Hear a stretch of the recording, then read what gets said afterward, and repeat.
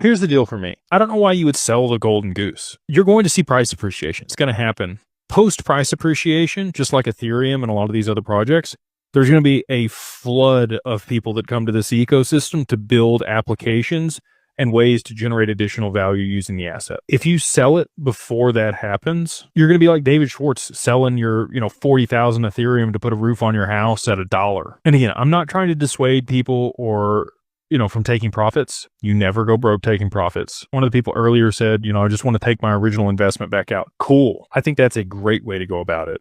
Now you've completely de-risked from your position and you're playing with house money. Okay. Or you might have other cash flow assets or other businesses or other things that you want to do that are going to generate outsized returns with the cash off of the XRP. Cool. I get that. I would argue that this is going to be the most lucrative asset over the long term that you could possibly hold. And that's why I think banks and institutions, and the BIS in particular, is going to designate it a tier 1 asset. And once they do that, these banks are going to want to make money on their XRP. They're not going to want it to sit idle all the time. They want to be able to leverage it, just like they do their cash and other assets on their balance sheet. So they're going to be incentivized to fund DeFi applications and development on chain on the XRPL. The amount of people that are going to be working on this chain from an institutional development standpoint is going to be absurd post price appreciation. But it's going to take a little bit of time for all that to get up to scale. We've already seen Flare, we've already seen Doppler, we've already seen Midas, we've already seen us. There's some other people that are building out applications, not necessarily in an institutional manner, but in a DeFi capacity that I think will eventually get rolled into an institutional manner over the long term. We want to be that bridge.